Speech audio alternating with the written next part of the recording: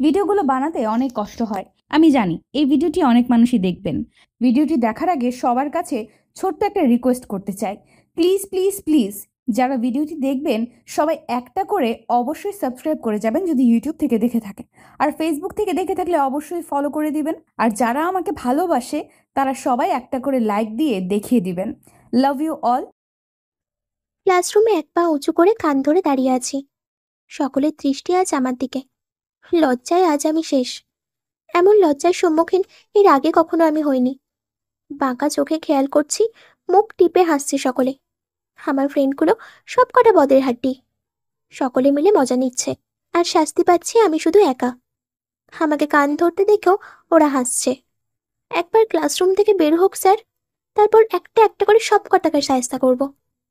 এই রে, স্যার মনে হয় এদিকেই আসছেন, হাতে স্টিলের স্কেল। আমাকে কি উনি মারবেন নাকি? মাম্মাম, কান্না করব আমি। আমার ভয় শেষ হতে না হতেই সামনে রাখা টেবিলটাতে এসে স্কেলের আঘাত করলেন।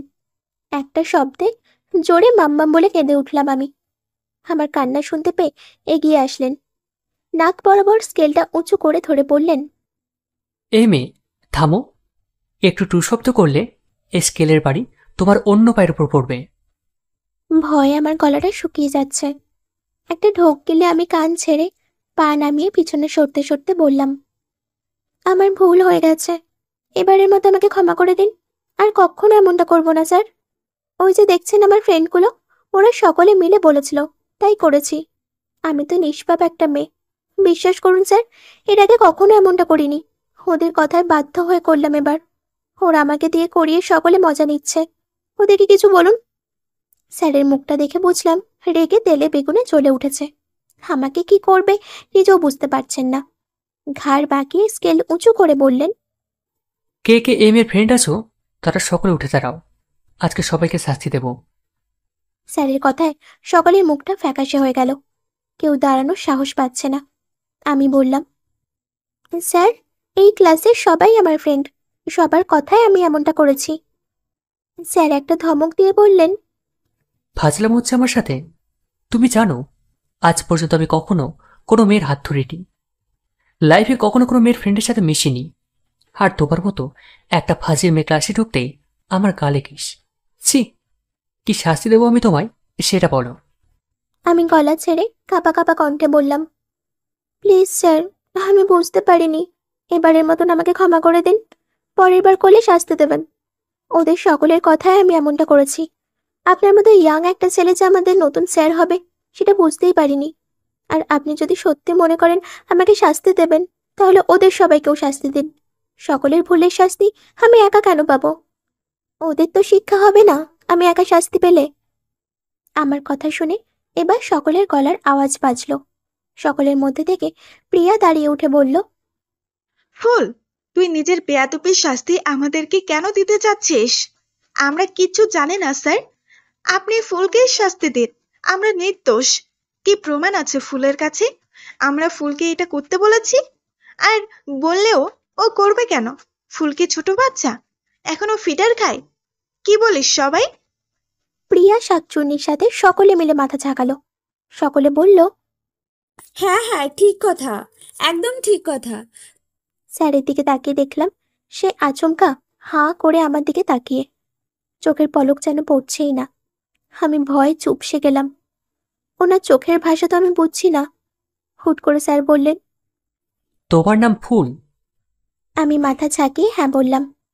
স্যারের ঠোঁটের কোণে আলতো করে হাসি ফুটে উঠল। মুখে হাত রেখে উল্টো ঘুরে কিছু একটা ভেবে পুনরায় আমার দিকে ঘুরে তাকিয়ে বললেন, যাও, এবারের মতো ক্ষমা করে দিলাম। কথাটা শুনে আমি এত খুশি হলাম যে বলে বোঝাতে পারবো না। মনে হচ্ছে যেন ঈদের চাঁদ দেখছি। স্যারকে ধন্যবাদ আর সরি বলে লাফাতে লাফাতে নিজের সিটে এসে বসলাম।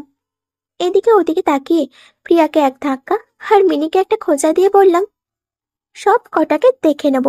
এই তোরা আমার ফ্রেন্ড। ওরা আস্তে করে মাথাটা একটু কাত করে এক হাত দিয়ে নিজের কান টেনে ধরে বলল, সরি। স্যার সামনে থেকে সাইলেন্স বলে উঠলেই আমরা সকলে নড়েচড়ে সোজা হয়ে বসলাম। আজ স্যারের প্রথম ক্লাস, তাই সকলের পরিচয় নিচ্ছে।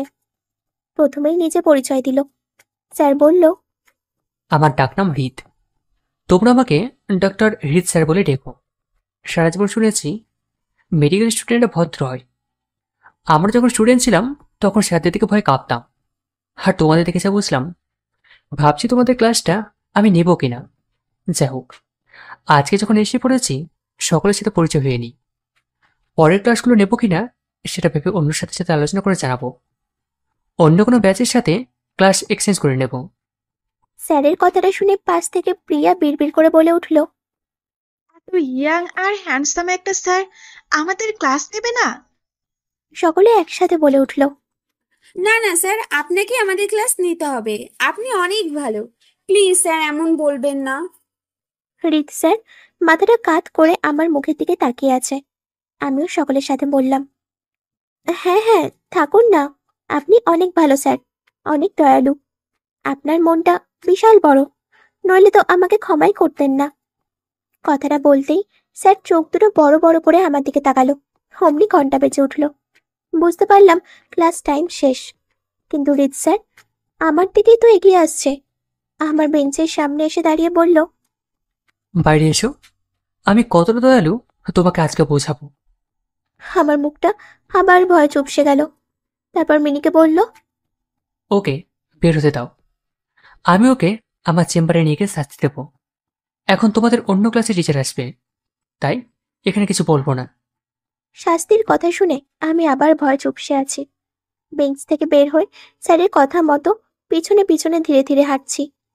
কি বলবো বুঝতে পারছি না। কিভাবে বাঁচবো এবার? স্যার অনেকটা সামনে চলে গেছে।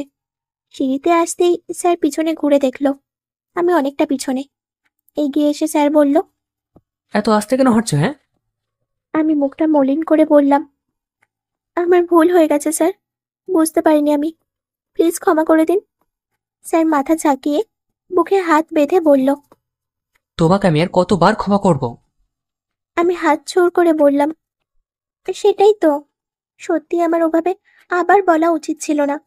আপনি তাকিয়েছিলেন আমার দিকে, আমি আপনাকে খুশি করতে মুখে যা এসেছে বলে ফেলেছি। শুধু শব্দগুলো ভুল ছিল, মানেটা কিন্তু প্রশংসা ছিল আমার দিক থেকে।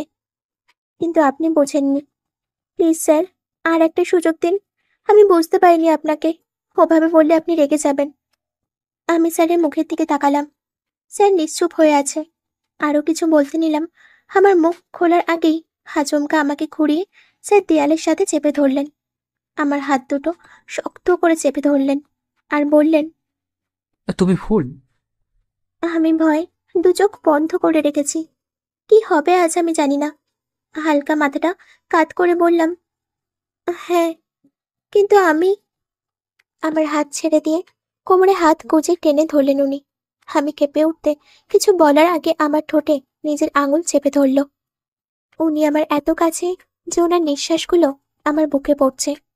উনি ধীরে ধীরে আমার ঠোঁটের দিকে এগোচ্ছেন আর আমার দম বন্ধ হয়ে আসছে। আমি ওনার বুকে হাত বাঁধিয়ে দূরে সরিয়ে দিতে চাইলাম। উনি আমার হাতটা চেপে ধরলেন আর কড়া শব্দে বললেন। আমার চেম্বারে এসে ভুল। ঘুরে দাঁড়িয়ে আমার হাতটা শক্ত করে চেপে টেনে ধরলেন। নিজের সাথে করে নিয়ে যেতে লাগলেন চেম্বারের দিকে। উনি আমাকে টেনে নিয়ে যাচ্ছেন আর সকলে সিঁড়ি দিয়ে উঠতে নামতে চলতে সেটা দেখতে পাচ্ছে। আমি ওনার থেকে নিজের হাত ছাড়ানোর চেষ্টা করছি, কিন্তু পারছি না। আমি বলে উঠলাম, আমি আসছি স্যার, প্লিজ আমার হাতটা ছাড়ুন। উনি কোনো পাত্তাই দিল না, নিজের মতো চলেছেন। নিজের চেম্বারে ঢুকে আমাকে আচমকা কোলে তুলে নিল। এটা কি হলো বুঝতে পারলাম না আমি। এতক্ষণ সব তো ঠিকই ছিল, এখন আবার কি হলো? তখন যে সকলের সামনে বলল কোনো মেয়ের সাথে কোনোদিন মেশেনি, ওটা কি তাহলে ঢপ দেওয়া কথা ছিল নাকি? ওনার চেয়ারে সোজাসুজি রাখা অন্য আরেকটা চেয়ার, চেয়ারটা টেনে আমাকে বসিয়ে দিলেন। তারপর ঘুরে গিয়ে নিজের চেয়ারটাতে বসলেন উনি। টেবিলের ওপর হাতের কোনোই ঠেকিয়ে থুতনিতে হাতটা রেখে আমার মুখের দিকে এক পলকহীন দৃষ্টিতে তাকিয়ে রয়েছেন। আমি উঠতে নিলে অন্য হাতটা দিয়ে আমার ওড়নাটা টেনে ধরলেন। আমি চাইলেও আর উঠতে পারলাম না। আমি যাতে যেতে না পারি তার জন্য আমার ওড়নাটা নিজের হাতে ভালো করে কয়েক প্যাচ দিয়ে রাখলেন। তারপর খুব আদুরে গলায় বললেন, কি খাবে ফুল? চা নাকি কফি? আমি মুখটা হাঁ করে ওনার দিকে তাকিয়ে আছি। মনে মনে ভাবছি, কি করছেন এটা স্যার? উনি হেসে উঠে ঘুরে আমার পিছনে আসলেন। পিছনের থেকে 2 হাতে আমার কাঁধে নিজের হাত দুটো চেপে রেখে বললেন, ভয় পেও না ফুল, এটাই তোমার শাস্তি। আমার ভালোবাসার শাস্তি দেবো তোমায়। এই হসপিটালটা আমার বাবার। আমি কতটা ভদ্র সেটা আমার বাবা জানে। খুব ছোট্টবেলায় তোমাকে দেখে পছন্দ হয়েছিল আমার। তোমার পিছনে অনেক ছুটেছি। তোমার স্কুল শেষে তোমাকে ফলো করতাম বলে তোমার বাবার হাতে মারও খেয়েছি। জেদ ধরেছিলাম তোমাকেই বিয়ে করব। তাই আমার জেদ পূরণ করতে ছোট থাকতেই তোমাকে টাকা খাইয়ে গুন্ডাতে দিয়ে উঠে আনি। তারপর জোর করে বিয়ে করি। বিয়ের পর তোমাকে নিয়ে বাড়িতে আসলে বাবা আমাকে অনেক মেরেছিল। তোমাকে তোমার বাবার কাছে দিয়ে এসে আমাকে আমেরিকায় ফুপির বাড়িতে পাঠিয়ে দিয়েছিল। বাবা বলেছিল যখন আমি লেখাপড়া শেষ করব, নিজের পায়ে দাঁড়াবো, তখন দেশে ফিরলে তোমাকে এনে দেবে আমার জীবনে। আমি মন দিয়ে লেখাপড়া করছি এতদিন ধরে। আজকে আমি একজন সফল ডক্টর। দেশে আসার পর আমার বাবার কাছে তোমাকে চাইলাম। বাবা নিজের কথা রাখতে গিয়েছিল বিয়ের প্রস্তাব নিয়ে, কিন্তু তোমার মা রাজি হয়নি। তিনি বলেছেন কিছুদিন আগে তোমার বাবা মারা গেছে, আর তার বন্ধুর ছেলের সাথে তোমার বিয়ে ঠিক করে রেখে গেছে। তোমার বাবার শেষ ইচ্ছা পূরণ করতে তোমার বিয়ে তোমার বাবার বন্ধু ছেলের সাথেই হবে। বাবা এটা জেনে এসেছিল তোমার মায়ের কাছ থেকে। তুমি আমাদের হসপিটাল থেকে পড়াশোনা করছো, আমাদের মেডিকেল কলেজে পড়ছো। এর জন্য আমি আর দেরি করলাম না, আজই জয়েন করলাম হসপিটালে, শুধু তোমার জন্য। কথাগুলো বলে উনি একটু নিচু হয়ে আমার কাঁধে নিজের থুতনিটা রাখলেন। সামনে থেকে হাত এনে আমার গলাতে আলতো করে হাতের আঙুল ছুঁয়ে আস্তে করে বুক পর্যন্ত আসতেই আমি ঘুরে উঠে দাঁড়ালাম। ওনাকে ঠেলে কিছুটা দূরে ঠেলে দিয়ে বললাম, খবরদার, আমাকে আপনার নোংরা হাতে স্পর্শ করবেন না। আমার গা ঘিনঘিন করে আপনাকে দেখলে। ঘৃণা করি আমি আপনাকে। উনি আমার নাম ধরে ডেকে এগিয়ে আসতে চাইলে আমি টেবিলের ওপর থেকে এক টানে সবকিছু ফেলে দিলাম। আর ওনাকে বললাম, ওই দিনটা আমি আজও ভুলিনি। আমাকে জোর করে তুলে নিয়ে গিয়ে ওইটুকু বয়সে বিয়ে করেছেন আপনি। এখনো আমার ঘৃণা হয় আপনার ছোটবেলার ওই মুখটাকে। কথাটা বলে আমি বেরিয়ে আসতে চাইলাম। উনি আমাকে টেনে ধরলেন, আমাকে বোঝাতে চাইলেন। আমি ওনার কোনো কথা শুনতে চাইলাম না। রেগে গিয়ে উনি আমায় ধাক্কা দিয়ে টেবিলের ওপর ফেললেন আর শক্ত করে আমার কাঁধে হাত ধরে রেখে চেপে বললেন, তোর জন্য আমি এতগুলো বছর নিজেকে তৈরি করেছি, কত অপেক্ষা করেছি। এখন তুই বলছিস আমাকে ঘৃণা করিস, চলে যাবি? আমার কথা কি শেষ হয়েছে? তোকে আমি নিজের করে ছাড়বো। যে তোর জীবনে আসবে তাকে আমি মেরে ফেলবো। কথাটা বলে উনি আমার ঘাড়ে একটা কামড় বসিয়ে দিল। আমি চিৎকার দিতে গেলে আমার মুখটা হাত দিয়ে চেপে ধরে ঘাড় ছেড়ে দিয়ে নিজের মুখটা একটু উঁচু করে বলল, তুই আর আমার থেকে দূরে থাকতে পারবি না ফুল। ওনার কামড় এত জোরে ছিল যে ঘাড়টা মনে হচ্ছে অবশ হয়ে আছে। ব্যথায় কুঁকড়ে আছি আমি। উনি এবার একটু নিচু হয়ে ঘাড়ে আলতোভাবে ঠোঁটের পরশ ছুঁয়ে দিয়ে বলল, খুব লেগেছে ফুল, বিশ্বাস কর। রাগে আমার মাথা ঠিক ছিল না। তুই আমাকে রাখালি কেন ফুল? বল আমাকে ভালোবাসবি। ওনার কামড় এত জোরে ছিল যে আমার ঘাড়টা এখনো অবশ হয়ে আছে। ব্যথায় কুঁকড়ে আছি আমি। উনি এবার একটু নিচু হয়ে ঘাড়ে আলতোভাবে ঠোঁটের পরশ ছুঁয়ে দিয়ে বললেন, খুব লেগেছে ফুল, বিশ্বাস কর। রাগে আমার মাথা ঠিক ছিল না। তুই আমাকে রাখালি কেন ফুল? বল যে আমাকে ভালোবাসবি। ওনাকে আমি ধাক্কা দিতে চাইলাম। আমার হাতটা উনি ধরে বসলো। আমি হাত ছাড়ানোর চেষ্টা করলাম। উনি চোখ পাকিয়ে তাকিয়ে রইল। আমাকে দাঁতে দাঁত চেপে বলল, আমি কিন্তু খুব রেগে যাচ্ছি ফুল। রাগলে আমি কি করি তা আমি নিজেও জানি না। তোকে আবারও বলছি ফুল, শান্ত হ। আমি যা বলি তা শোন। আমার মতো এত ভালো তোকে কেউ বাঁচতে পারবে না। তোকে ছাড়া আমার জীবনটা বৃথা। আমি ওনার হাতে জোর করে একটা কামড় বসিয়ে দিলাম। দিয়ে নিজেকে ছাড়িয়ে নিলাম। উঠে চলে আসতে লাগলে পেছন থেকে উনি আমার ওড়নাটা টেনে ধরলেন। আমি বললাম ওনাকে ছেড়ে দেওয়ার জন্য। উনি আমার ডান হাতটা টেনে ধরে এমনভাবে ঘুরিয়ে নিলেন, আমি এসে ওনার বুকের ওপরে পড়লাম। আমার কোমরটা শক্ত করে চেপে ধরে আমি নিজেকে ছাড়ানোর চেষ্টা করতে লাগলাম। ছটফট করতে লাগলাম। ওনার বুকে নখের আঁচড় দিতে লাগলাম। উনি রেগে গিয়ে আমার কোমর ছেড়ে দিয়ে ঠেলে টেবিলের ওপর ফেললেন আমাকে। তারপর আমার ঠোঁটে জোরে কামড় বসিয়ে মুখটা বন্ধ করে রাখলেন। আমার দম বন্ধ হয়ে আসতে লাগলো। আমার দু চোখ বেয়ে পানি গড়িয়ে পড়ছে। অনেকক্ষণ পর উনি আমার ঠোঁট ছেড়ে দিলে আমি ঠোঁট হাত দিয়ে চেপে ধরে রাখলাম। প্রচন্ড ব্যথা করছে আমার, রাগ হচ্ছে, ঘৃণা হচ্ছে এই মানুষটার ওপর। আমি বুঝতে পারছি ছোটবেলা থেকে আরো অনেক হিংস্র হয়ে ফিরে এসেছে আমার জীবনে। আমার দিকে চোখ তুলে তাকাতেই আমি ধাক্কা দিয়ে ফেলে দিয়ে ছুটে চেম্বার থেকে বেরিয়ে আসলাম। বাইরে এসে জোরে জোরে হাঁপাতে লাগলাম। পায়ের শব্দ পেয়ে পিছনে তাকিয়ে দেখলাম উনি এদিকেই এগিয়ে আসছেন। আমি ভয় এদিক ওদিক তাকিয়ে পাশেই হসপিটালের স্টাফ লিফটটা দেখতে পেলাম। খুব দ্রুত এসে লিফটের ভেতরে ঢুকলাম, আর লিফটটা বন্ধ হয়ে গেল। উনি পারলেন না আমার কাছে আসতে। হসপিটালে আমাদের কলেজ 7ম ফ্লোরে, 3rd ফ্লোরে ওনার চেম্বার ছিল। লিফট নিচের দিকেই আসছে।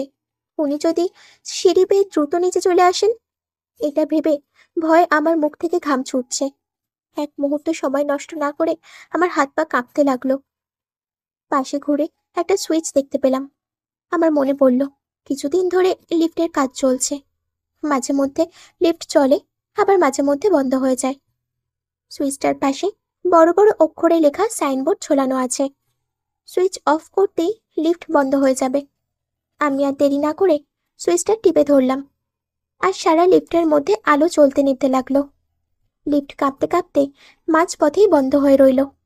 কিচ্ছু দেখা যাচ্ছে না, নিঃশ্বাসও নিতে পারছি না। ভয়ে আমার দম বন্ধ হয়ে আসছে। লিফটের মধ্যে আমি একা আটকে পড়েছি এখন। কি করব কিচ্ছু বুঝতে পারছি না। নিঃশ্বাস নেওয়ার চেষ্টা করছি, কিন্তু পারছি না। হাঁপাতে হাঁপাতে নিচে নুয়ে পড়লাম আমি। আমার দম বন্ধ হয়ে আসতে লাগলো। মনে হলো কিছু একটা ভাঙার শব্দ হচ্ছে, কিন্তু ফিল করতে পারছি না। আমার দু চোখ বন্ধ হয়ে আসলো। হঠাৎ মুখের মধ্যে গরম গরম ধোঁয়া আসতে লাগলো। এটা ধোঁয়া না অন্য কিছু আমি বুঝতে পারছি না। দু চোখ কাঁপছে আমার। কেউ ধোঁয়া দিচ্ছে আর আমি টানছি। আচমকা কিছু একটা ভেবে উঠে বসলাম আমি। অনেক লম্বা একটা নিঃশ্বাস ছেড়ে তাকিয়ে দেখলাম আমার মুখের সামনে উনি। আমি ওনাকে ধাক্কা দিতেই উনি সরে গেলেন। নিশি আমাকে পাশ থেকে টেনে জড়িয়ে ধরল। সামনে তাকিয়ে দেখলাম প্রিয়া আর মিনি আমার পায়ের তলায় তেল মালিশ করছিল। মিনি বলে উঠল, হৃদ স্যারকে ধন্যবাদ দে ফুল, উনি আজকে তোর জীবন বাঁচিয়েছে। আমি রাগী দৃষ্টিতে ওনার মুখের দিকে তাকালাম। প্রিয়া আমার পায়ের দিক থেকে ঘুরে এসে পাশে বসলো। আমাকে একটা খোঁচা দিয়ে বলল, কিরে ওভাবে তাকিয়ে আছিস কেন? জীবনে ছেলে দেখিসনি? ওনার দিকে তাকিয়ে লাভ নেই, বুঝলি? উনি আমার পছন্দ, আমার ক্রাশ। ওয়াও, কি সুন্দর দেখতে! কত ভদ্র, কত সুদর্শন, কিউটে ডিব্বা একখান। মন চাই বিয়ে করে নেই। জীবনে কখনো কোনো মেয়ের সাথে মিশেনি বলেছিল না? এখন যেভাবে হিরোর মতন লিফট ভেঙে তোকে বাঁচিয়ে তুলল, তোর দম বন্ধ হয়ে গিয়েছিল বলে বুদ্ধি খাটিয়ে তোকে মুখ থেকে নিঃশ্বাস দিল। এত ভালো ছেলে কোথাও পাওয়া যায় না। আমার তো ওনাকে চাই চাই। আমি প্রিয়াকে কিছু বলতে গিয়েও থেমে গেলাম। ভাবলাম প্রিয়া যখন এতই পছন্দ, আমার এমন একটা কিছু করতে হবে যাতে উনি আমার জীবন থেকে সরে বরাবরের জন্য প্রিয়ার জীবনে চলে যায়। আমাকে ভয় পেয়ে পালালে চলবে না। এই হসপিটালটা ওনার বাবার। আমি পালালে আমার মায়ের স্বপ্ন, আমার ডাক্তার হওয়া, সেটা আর সম্ভব হবে না। ওনার সাথে যে ছোটবেলায় আমার বিয়ে হয়েছিল সেটা আমার বাড়িতে কেউ জানে না।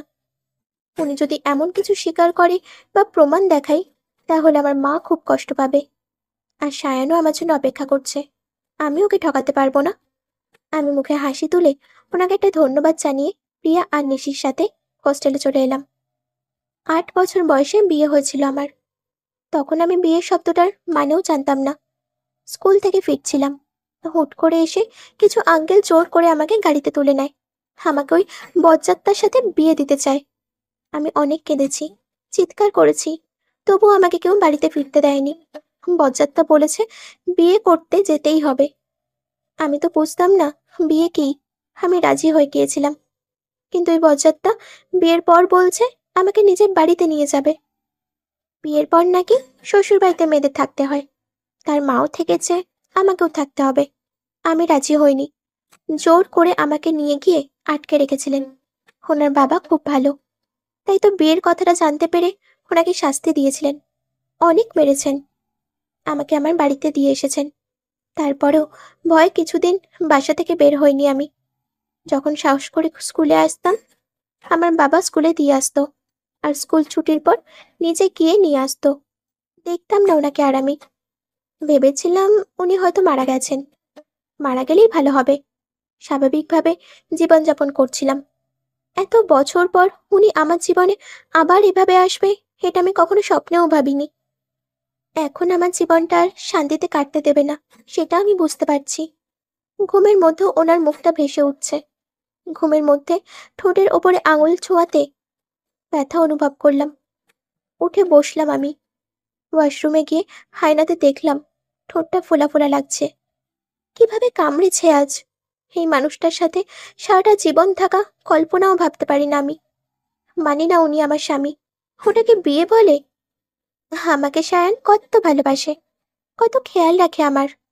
বিয়ে আমি সায়ানকেই করব। ঘুম আসছে না বলে আলোটা আর জ্বাললাম না। মিনি নিশি প্রিয়ার ঘুম না ভাঙিয়ে ঘর থেকে বের হয়ে আসলাম। আকাশের দিকে তাকিয়ে আছি। বাবাকে খুব মনে পড়ছে আজ। কত স্বপ্ন ছিল বাবার, আমি ডাক্তার হব। আমি যদি জানতাম এই হসপিটাল ওনার বাবার, তাহলে এখানে ডাক্তারি পড়তে কিছুতেই আসতাম না। এখন কিচ্ছু করার নেই আর, ওনাকে সহ্য করতেই হবে। সায়ন জানলে বিয়েটা না ভেঙে দেয়।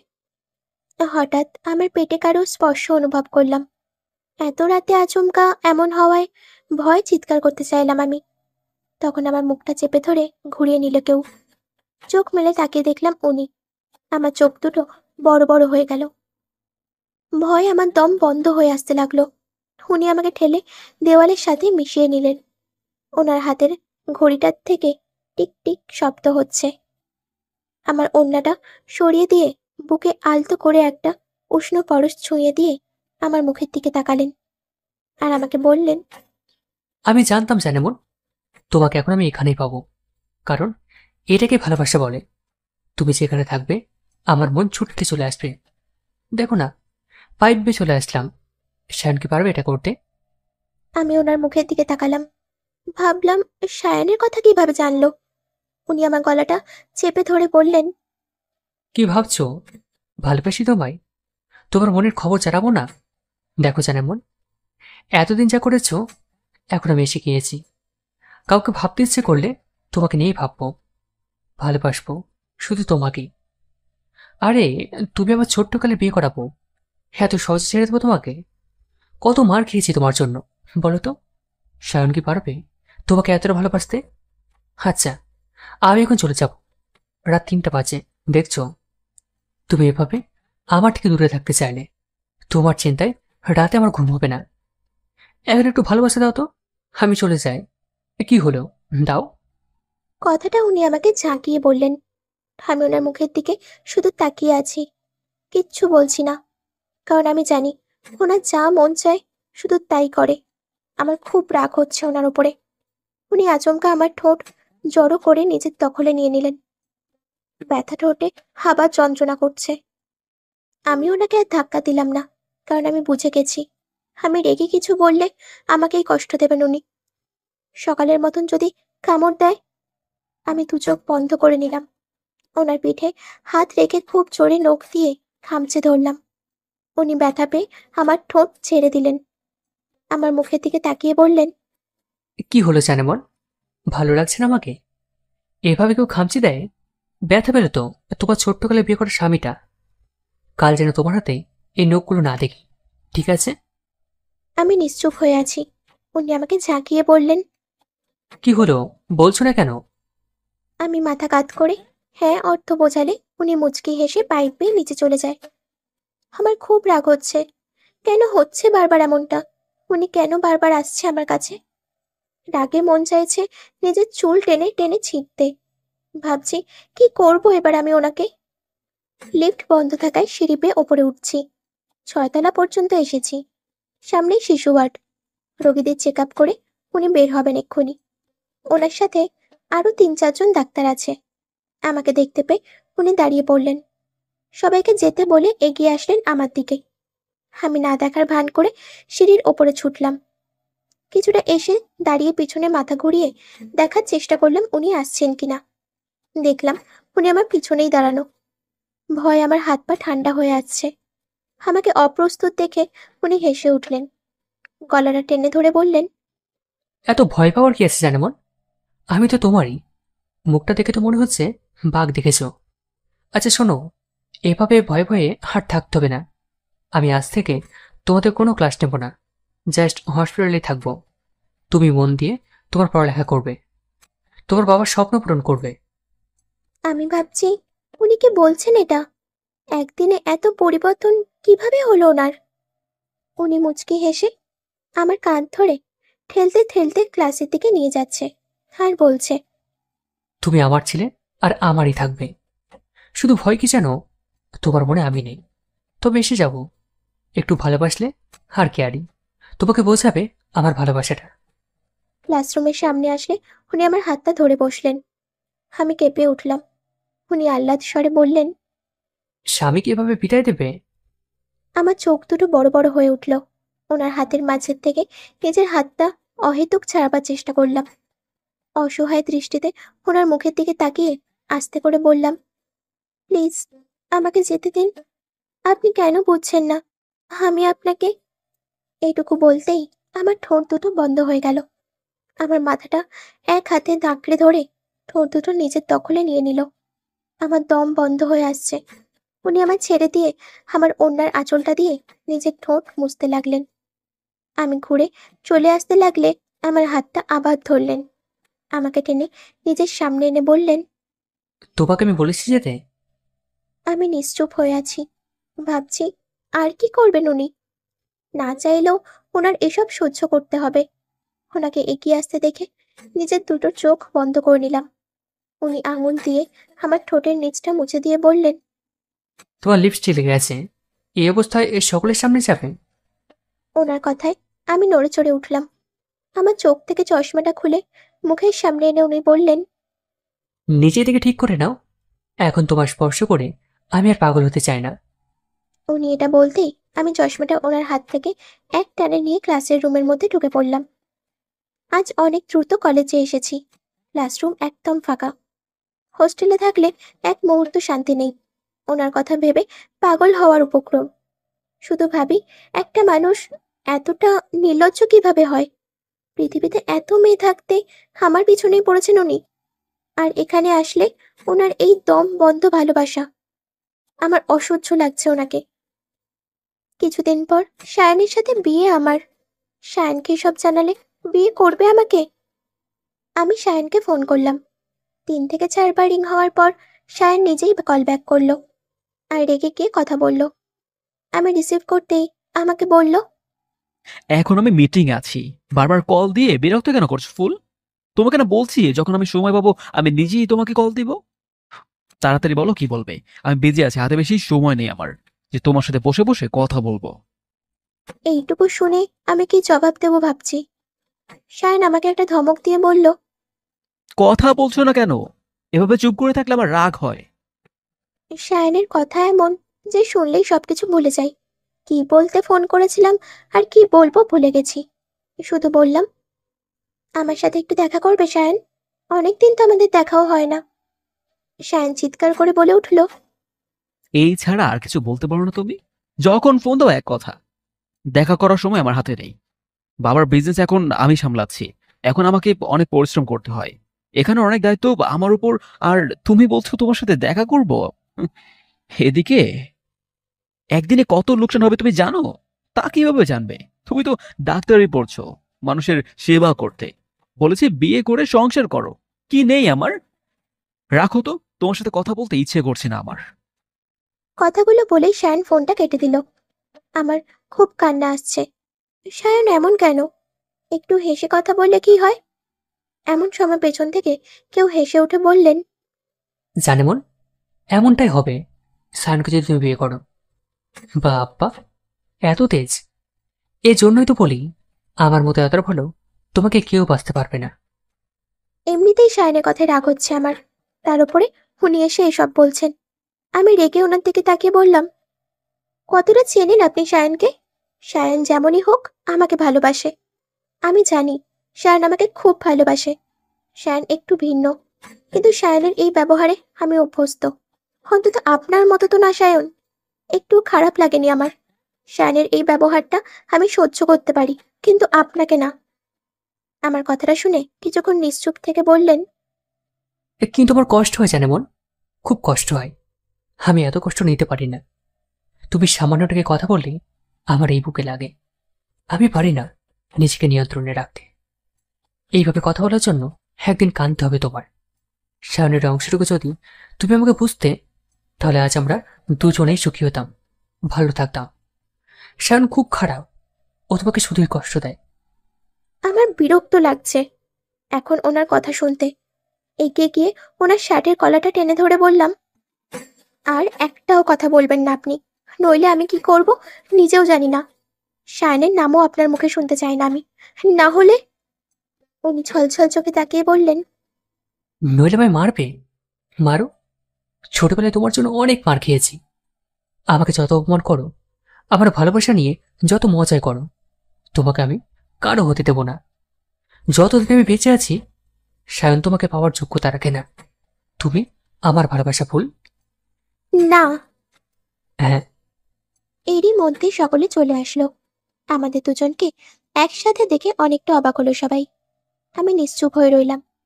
উনি কিছু না বলে ক্লাসরুম থেকে বেরিয়ে চলে গেলেন।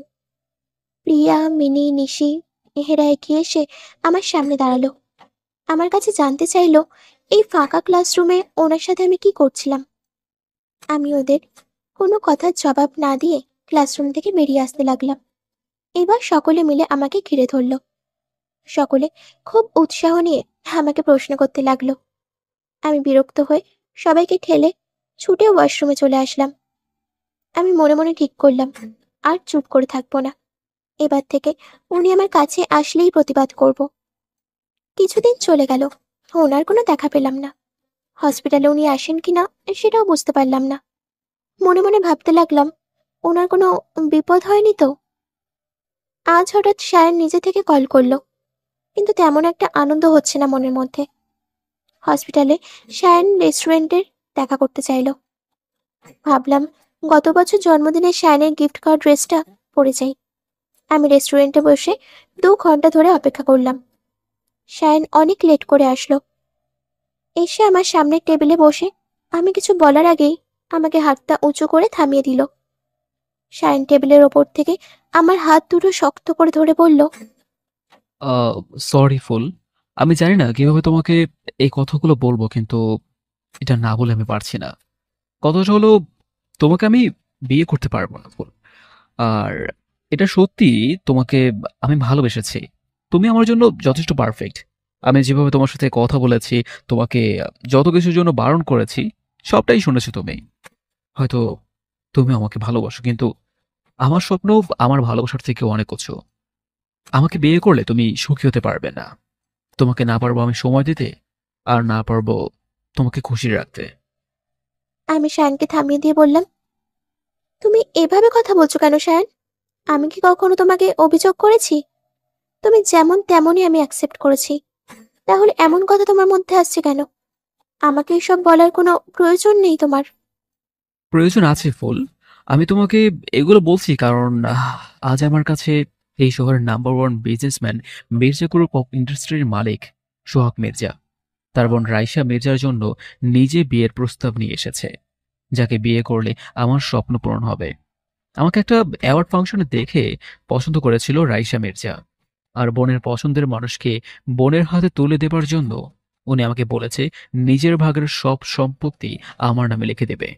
আর তুমি ভাবো ফুল, ওনার বোনকে বিয়ে করলে যে বোনের সম্পত্তিটুকু আমিই পাবো। আমি শায়নের কথা শুনে অবাক হলাম। ভাবলাম কিছুরই তো অভাব নেই শায়নের, তাহলে কেন এমন একটা লোভ মনে মনে তৈরি করে রেখেছে? শায়ন আমার দুটো হাত এখনো ধরে আছে। আমি এক টানে নিজের হাত দুটো ছাড়িয়ে নিলাম। শুধুমাত্র বাবার শেষ ইচ্ছা ছিল বলেই শায়নকে বোঝানোর কথা ভাবলাম, নইলে মা এটা জানতে পেলে খুব কষ্ট পাবে। শায়ন, তোমার তো সবই আছে। হ্যাঁ আছে, কিন্তু আমি এই শহরের নাম্বার 1 বিজনেসম্যান হতে চাই। তখন সকলে আমাকে এক নামে চিনবে। কিন্তু তোমার বাবা আর আমার বাবা যে দুজন দুজনকে কথা দিয়েছে আমাদের বিয়ের জন্য, সেটা প্লিজ ফুল, সেই জন্য তো তোমার সাথে আমি কথা বলতে আসলাম। আমাদের যদি বিয়েটা হয়ে যেত তাহলে একটা কথা ছিল, আমি ভেবে দেখতাম। কিন্তু বিয়েটা যখন হয়নি তখন এত কিছু ভাবার কোনো প্রয়োজন নেই আমাদের। আমি উঠে দাঁড়ালাম। শায়ানকে বললাম, বিয়েটা যখন হয়নি তখন আগে থেকে এমন একটা সিদ্ধান্ত নিয়ে তুমি খুব বড় একটা উপকার করে ফেলেছো আমার। আমার মনে হয় না আমাদের আর কোনো কথা বলার প্রয়োজন আছে। সিদ্ধান্ত যখন নিয়েই ফেলেছো তখন আসতে পারো। তোমার দেওয়া সব গিফট আমি পাঠিয়ে দেবো তোমাকে। আমি কারো কাছে ঋণী থাকি না। শায়ান উঠে দাঁড়িয়ে বলল। ধন্যবাদ ফুল। আমি মুখটা ঘুরিয়ে চলে আসলাম। পেছন থেকে আর ঘুরে তাকালাম না। সোজা হোস্টেলে এসে চেঞ্জ করে শায়ানের দেওয়া সমস্ত গিফট প্যাক করতে লাগলাম। হঠাৎ করে হোনার কথা খুব মনে পড়ল। ছাদে উঠে এসে দাঁড়ালাম। মনে হলো যেন উনি আশেপাশেই কোথাও লুকিয়ে আছেন, হুট করে এসে আমাকে আষ্টে পৃষ্ঠে জড়িয়ে রাখবে। কিন্তু না, ওনার সাথে যে ব্যবহারটা আমি করেছি মনে হয় না আর আসবে বলে। আসলে এতদিন ঠিকই আসতো চালাতে। সায়ন যখন নেই তখন ওনার সাথে আমার নিজে গিয়ে কথা বলা উচিত। পরদিন সকালে হসপিটালে গিয়ে ওনার কেবিনের সামনে এসে দাঁড়ালাম। অনেক পেশেন্ট সিরিয়াল দিয়ে দাঁড়িয়ে আছে। এত বিজি উনি, আমাকে দেখলে নিঘাত পেশেন্টদের রেখে আমাকে নিয়ে ব্যস্ত হতে পড়বেন। আমি ক্লাসরুমে চলে আসলাম। ক্লাস শেষ হওয়ার পর ওনার কেবিনের সামনে আবার আসলাম। শুনতে পেলাম একটা জরুরি সার্জারি করতে ওটিতে ঢুকবেন। তাই আর ওনার সামনে এলাম না। ওটি শেষে ওয়াশরুম থেকে ফ্রেশ হয়ে এসে উনি নিজের কেবিনে আসতেই দেখতে পেলেন আমি ওনার চেয়ারটায় বসে আছি। আমাকে দেখে কিছু বলছেন না উনি। বাইরে থেকে একজন নার্স দরজায় নক করলে উনি বললেন একটু পরে আসতে। নার্সটা চলে গেলে উনি এগিয়ে এসে টেবিলের ওপর বসে মুখটা একটু নিচু করে চেয়ারটা শক্ত করে চেপে ধরলেন আমার দুপাশ থেকে। আমাকে কিছু বলতে গেলে আমি ওনার ঠোঁটে আঙুল চেপে ধরে বললাম, সরি, এতদিন আমার সামনে আসলেন না কেন? উনি আমার মুখের দিকে তাকিয়ে আছে, যেন ওনার বিশ্বাসই হচ্ছে না। আমি ওনাকে বললাম শায়ানের কথা। আপনি ঠিকই বলেন, আপনার মতো এত ভালো কেউ আমাকে বাঁচতে পারবে না। শায়ান শুধু আমাকে কাঁদাতো। আমি বাবার শেষ ইচ্ছা আর মায়ের কষ্ট হবে ভেবেই শায়ানকে বিয়ে করতে চেয়েছিলাম, কিন্তু শায়ান নিজে থেকেই বিয়েটা ভেঙে দিয়েছে। আপনি ভাববেন না শায়ান চলে গেছে বলে আমি আপনার কাছে এসেছি। আপনি তো আমাকে ভালোবাসেনই না, তাহলে আপনার কাছে এসে আমি কি কোনো ভুল করেছি? আপনি পারবেন আমাকে ছাড়া থাকতে? উনি এখনো আমার মুখের দিকে তাকিয়ে আছে, মাথা নাড়িয়ে শুধু না অর্থ বোঝালেন। আমি ওনার বুকে মাথা রেখে বললাম, আমাকে আবার বিয়ে করবে? বলো, তোমাকে আমি তুমি করেই ডাকবো। স্বামী না তুমি আমার? কি হলো, কিছু বলছো না কেন? উনি আমাকে শক্ত করে জড়িয়ে ধরে বললেন, কি বলবো সেটা বুঝতে পারছি না। তুমি কি সত্যি এসেছো? একটা চিমটি করো তো। চিমটি কেন? কামড়ে দেব। সেদিন কিভাবে কামড়েছিলে তুমি আমায় মনে আছে? শোধ তুলবো না? হুম, দাও। আমি মাথাটা উঠিয়ে ওনার কানের কাছে মুখটা এগিয়ে নিয়ে এসে ছোট্ট করে একটা কামড় বসিয়ে দিলাম। উনি কানের ডগা ঘষতে লাগলেন। আমি মুচকি হেসে চেয়ার থেকে উঠে দাঁড়ালে উনি আমার হাতটা ধরে ঘুরিয়ে নিয়ে নিজের কোলের ওপর বসালেন।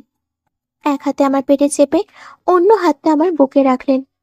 আমার কাঁধে ওনার নিঃশ্বাস পড়ছে, আমার গলায় উনি ঠোঁটের উষ্ণ পরশ দিতে আমি বলে উঠলাম, উফ, দম বন্ধ হয়ে আসছে আমার। কথাটা শুনে উনি আমাকে ছেড়ে দিলেন। টেবিলের ওপর থেকে নেমে দাঁড়িয়ে আমাকে বললেন, তুমি আমার কাছে আসলেই আমি পাগল হয়ে যাই। তোমার থেকে অনুমতি না নিয়ে একটু একটু আদর দিয়ে ফেলি। তুমি আমার রেগে যাবে না তো? আমি আলতো হেসে ওনার গালে হাত রেখে বললাম, রাগের কি আছে? রাগ হলে আমি নিজে থেকে তোমার কাছে এসে সাহস দেখিয়ে এতগুলো কথা বলতাম না। আর তুমি তো আমার স্বামী, অনেক কষ্ট করেছো শুধুমাত্র আমাকে পাওয়ার জন্য, অনেক অপেক্ষা করেছো আমার জন্য। আর না, আমি বলছি তো, আমি তোমার। আজ নিজেকে আমি তোমার কাছে সঁপে দিচ্ছি। তুমি যা ইচ্ছা করতে পারো। তোমার বাবা ছাড়া আমাদের বিয়েটা কেউ জানেন না। আমি শুধু চাইবো তোমার বাবাকে বিয়ের প্রস্তাব দিয়ে পাঠাও আমার মায়ের কাছে। এবার বিয়েটা হলে আমি পুরোপুরিভাবে তোমার কাছে থাকবো। তুমি সব সময় আমার কাছে পাবে। সত্যি বলছো ফুল? হুম। একটা কথা বলবো? হ্যাঁ, বলো। তোমাকে দেখতে রাজকুমারের মতো। প্রিয়া আছে না, ওর থেকে একটু দূরে দূরে থাকবে। সব মেয়েদের থেকে দূরে দূরে থাকবে। সবাই তোমার দিকে নজর দেয়। আর এত সুন্দর করে সেজে আসার কি দরকার? তোমাকে শুধু আমি দেখব। তারপর উনি হেসে উঠে বলল, হিংসে হয়, তাই না? না, আমিও যেমন তোমার, তুমিও তেমন আমার, শুধু আমার। এত ভালো তুমি আমায় কবে থেকে বাসলে? জানি না, কিন্তু তোমাকে না দেখলে এখন আর থাকতে পারি না। তোমার নিঃশ্বাসের গন্ধ পাওয়ার জন্য হলেও আমি তোমাকে খুঁজি। তোমার দম বন্ধ ভালোবাসা তো আমি এখন অভ্যস্ত। আর সরি, তোমাকে চিনতে আমার অনেক সময় লেগেছে। এটুকু বলে থামতেই আমার ঠোঁটের কাছে মুখটা এগিয়ে নিয়ে আসলো হৃদ। চোখের ইশারায় আমাকে আরো কাছে আসতে বলল। আমি ওর গালে হাত রেখে ঠোঁটে আলতো করে আদর দিতে ও আমার চুলের ভাঁজে হাত ডুবিয়ে দিল। আমার ঠোঁট দুটো নিজের আয়ত্তে নিয়ে নিল। মনে হচ্ছে যেন হৃদ কত বছরের তৃষ্ণা মেটাচ্ছে আজ। আমি চোখ দুটো বন্ধ করে শুধু ওকে সাড়া দিয়ে যাচ্ছি। টানা 10 মিনিট পর আমাকে ছেড়ে দিল হৃদ। আমি ছুটে গিয়ে দরজার কাছে দাঁড়িয়ে হাঁপাতে হাঁপাতে বললাম, তোমার বাবাকে আজই পাঠিয়ে দিও। কথাটা বলে ঘুরে দাঁড়াতে সামনে প্রিয়া আর নিশিকে দেখতে পেলাম। আমাকে দেখে এগিয়ে আসলো ওরা। আমার হাত ধরে নিয়ে লিফটে উঠে লিফটটা বন্ধ করে জিজ্ঞেস করলো। আমি অবাক হয়ে ঠোঁটে হাত রাখতেই ওরা হেসে উঠল। ওদের হাসি দেখে বুঝতে পারলাম আমি কিছুদিন ধরে তো লিপস্টিক ঠোঁটে দিই না, কারণ ঠোঁটে লিপস্টিক দেওয়া হৃদ পছন্দ করে না। ওদের দিকে তাকালে প্রিয়া বলল, সেদিন ডাক্তার হৃদ স্যার আর তোর মধ্যে হওয়া সব কথাই আমার শুনে নিয়েছিলাম। হোস্টেল থেকে তুই একাই বের হয়েছিলি ঠিকই, কিন্তু অত সকালে ক্লাসে এসে যে তুই বোর না হোস তার জন্যই আমরা দুজনে এসেছিলাম তোকে সঙ্গ দিতে। আর তোদের মধ্যে হওয়া সব কথা শুনেছি। ডক্টর হৃদ স্যার খুব ভালো ফুল, ওনাকে কষ্ট দিস না। সায়ানকে ছেড়ে ওনার কাছে ফিরে আয়। আমি ওদের বললাম, শায়ান বিয়েটা ভেঙে দিয়েছে, আর আসবে না শায়ান। যদি আসো আমি শায়ানের কাছে আর যাব না। আমি জানি হৃদ কেমন, এই কয়দিনে বুঝে গিয়েছি আমি ওকে। আমি ঠিক করেছি আর এক বিন্দুও কষ্ট দেব না ওকে। আমার কথা শুনে ওরা দুজন খুশি হয়ে গেল। আমাকে জড়িয়ে ধরে বলল, একটা সঠিক সিদ্ধান্ত নিয়েছিস ফুল। ডক্টর হৃদ স্যারের মতন একটা মানুষ এতটা কষ্ট ডিসার্ভ করে না। হৃদ আমাকে জানালো মা রাজি হয়ে গিয়েছে আমাদের বিয়ের জন্য। কথাটা যেন আমি বিশ্বাসই করতে পারছিলাম না। হৃদ বলল মাকে বোঝাতে হয়েছে অনেক। প্রথমে রাজি না হলেও শায়ানের ব্যবহারের কথা শুনে মা নিজেই মত পাল্টেছে। হৃদের বাবা বলেছে মাকে যে শায়ান কিভাবে বিয়েটা ভেঙে দিয়েছে। কোনো কারণ ছাড়াই শায়ান আমার সঙ্গে রেগে কথা বলতো। এসব শুনে মা নিজেই বলেছে শায়ানের সাথে আমার বিয়ে দেবে না। যেখানে আমার সুখ সেখানেই আমার বিয়ে হবে। আর হৃদের চেয়ে বেশি আমাকে কেউ সুখী রাখতে পারবে না। তাই বিয়ে হৃদের সাথেই হবে। কথাগুলো এতক্ষণ হৃদ আমাকে ফোনে বলছিল। হৃদের ফোন রাখার সাথে সাথে মায়ের ফোন আসলো। রিসিভ করতেই মা বলে উঠল আমার বিয়ে ঠিক করে ফেলেছে হৃদের সাথে, আমি রাজি কিনা। যদিও অবশ্য মা হৃদের বাবার কাছ থেকে জেনেছে আমি ওনাকে হৃদকে বলে পাঠিয়েছি, তবুও আমার আপত্তি আছে কিনা জিজ্ঞেস করছে। আমি লজ্জায় কি বলবো বুঝতে পারছি না। শুধু বলেছি তোমার যাকে পছন্দ তাকে না বলার প্রশ্নই আসে না। রাত 1টা বাজে। বিছানায় শুয়ে হৃদের সাথে কথা বলতে বলতে ফোনটা কানে ধরে রেখেই ঘুমিয়ে পড়েছি। হৃদ কিছুক্ষণ ডেকে বুঝতে পারলো আমি ঘুমাচ্ছি, তাই আর ডাকলো না। সকাল হলে কানের কাছে হৃদের কণ্ঠ শুনতে পেলাম। এদিকে ওদিকে তাকিয়ে ফোনটা মুখের সামনে এনে দেখলাম হৃদ লাইনে আছে। উঠে বসে কানের কাছে ফোনটা নিয়ে বললাম, এই কি, তুমি এখনো ঘুমাওনি? না, যদি তুমি জেগে যাও আর আমার কথা মনে পড়ে তাই অপেক্ষা করছিলাম। এখন তো তোমার ওঠার সময়, তাই ডাকলাম। এতটা ভালোবাসো আমাকে তুমি? আরো ভালোবাসবো। প্রত্যেকটা দিন, প্রত্যেকটা মুহূর্ত আগের মুহূর্ত থেকে বেশি ভালোবাসবো। ঘুমাবে কখন? আজ আর না, বিয়ের পর তোমাকে বুকে জড়িয়ে আরামে আয়েস করে ঘুমাবো। বিয়ে কবে হবে? 2 দিন পর। এত জলদি? আমার কাছে তো অনেক দিন মনে হচ্ছে। তোমাকে ছাড়া এক মুহূর্ত থাকতে ভালো লাগছে না। আচ্ছা, আমি রেডি হয়ে বের হব। 8টায় ক্লাস আছে। হ্যাঁ, আমি নিচে দাঁড়িয়ে আছি। তুমি এখানেও চলে এসেছো? কি করব, মনে পড়ছিল তোমাকে। আমি হোস্টেল থেকে নেমে রাস্তায় এসে হৃদের গাড়িটা দেখতে পেলাম। হৃদ আমাকে দেখে গাড়ি থেকে নেমে দাঁড়ালে আমি ছুটে গিয়ে হৃদের সামনে এসে দাঁড়ালাম। আমার গালটা 2 হাতে চেপে ধরে কপাল ঠেকিয়ে দাঁড়ালো হৃদ। একটা স্বস্তির নিঃশ্বাস ফেললো, যেন দেহে প্রাণ খুঁজে পেয়েছে। হোস্টেলের সব মেয়েরা এমন সময় বের হচ্ছিল, আমাদের দুজনকে দেখে সকালে অবাক হয়ে তাকিয়ে আছে। কেউ বুঝে উঠতে পারছে না হৃদ আর আমার মধ্যে সম্পর্কটা কখন তৈরি হলো। যেন অনেক মেয়ে মন ভেঙে গেছে, এমন অবস্থা। আমি আশপাশটা দেখে লজ্জায় আস্তে করে বললাম, চলো এখান থেকে, সকলে দেখছে। কি ভাববে বলো তো? হৃদ কিছু বলতে যাবে, ওকে ঘুরিয়ে গাড়ির দরজা খুলে বসিয়ে দিলাম। ঘুরে এসে অপর পাশটাতে আমি বসলে হৃদ গাড়ি স্টার্ট করলো। কিছু দূর আসতেই আমি হৃদের হাত পা ধরে গাড়ি থামাতে বললাম, কারণ আজ কলেজ যেতে ইচ্ছে করছে না আমার। গেলে সকলে মিলে হৃদকে নিয়ে প্রশ্ন করবে, আমি কি বলবো জানি না। হৃদ আমাকে বলল, তাহলে বিয়ে শপিং করতে যাবে? আমি মাথা নাড়িয়ে না অর্থ বোঝালাম। হৃদ প্রশ্নসূচক দৃষ্টিতে আমার দিকে তাকালে আমি বললাম, ধর, ভালো লাগে না আমার। শপিং মানেই ছোটাছুটি, এখানেই বসে থাকো।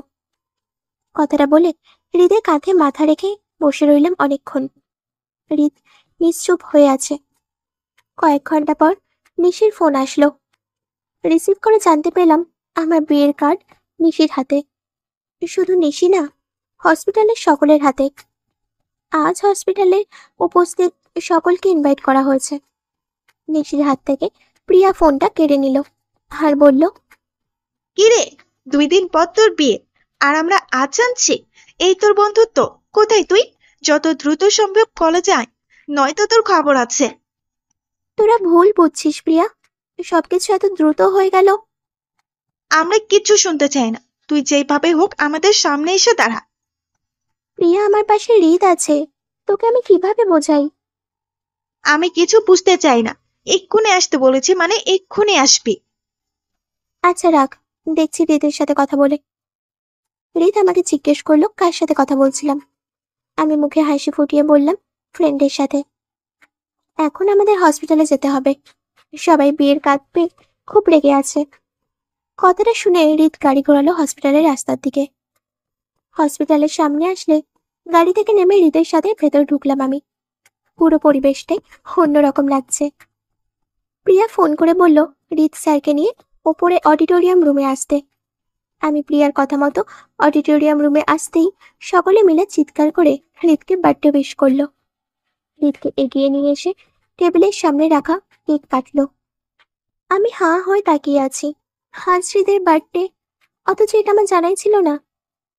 কিন্তু আমি বাদে গোটা হসপিটালে সবাই হৃদকে উইশ করা হয়ে গেছে।